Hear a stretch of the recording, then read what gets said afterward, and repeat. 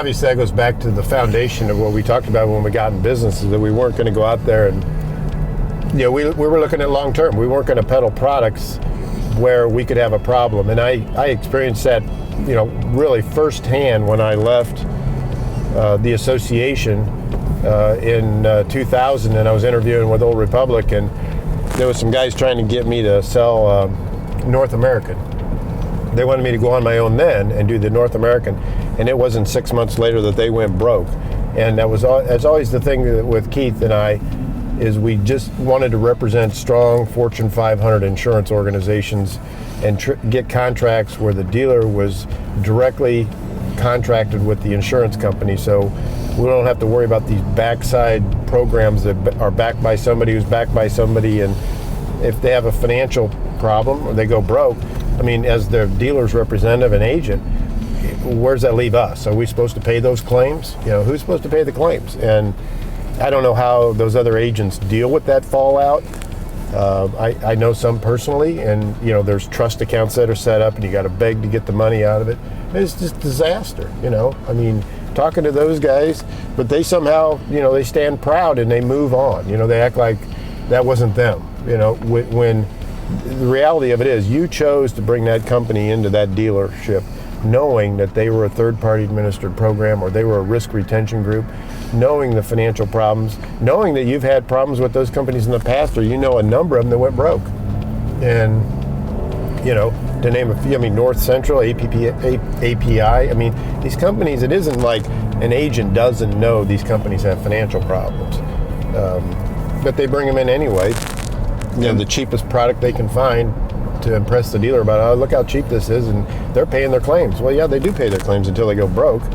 And the other thing is we hooked up with Allstate long before they were their brand name. Everybody knows who Allstate is, but before they became a what we call a retail vendor for service contracts and GAP and the products we sell.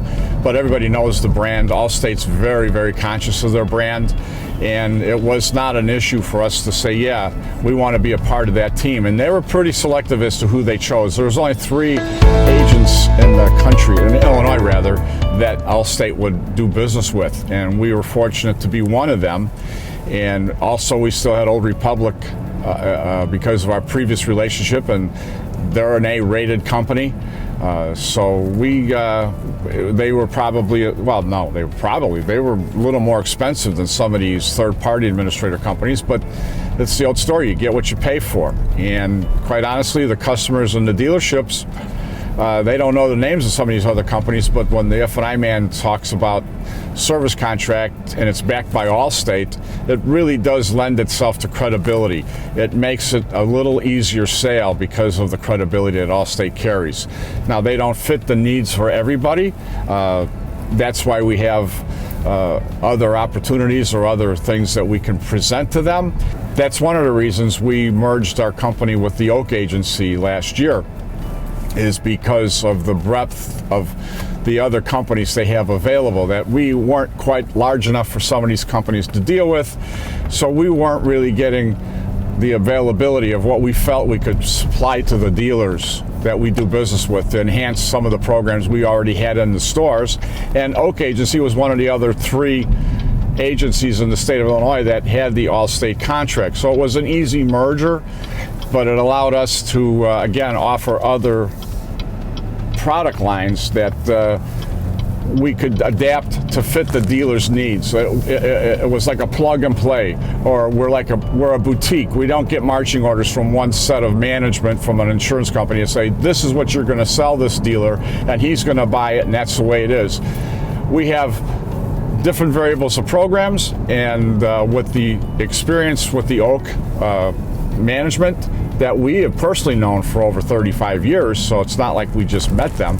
They have a good reputation in the field, and they feel the same way we do about the ability to be able to produce and have value to the dealer. And we've been involved now just over a year with them, and it's turning out to be a very good opportunity for both our companies to be able to build the strengths on each and move forward. So we're very anxious about being able to tell the story both for the companies we've had business with and talk to the story about what Oak F&I Services brings to the table, and with their training capabilities and their offerings of products and their management team. So it's been a positive for us.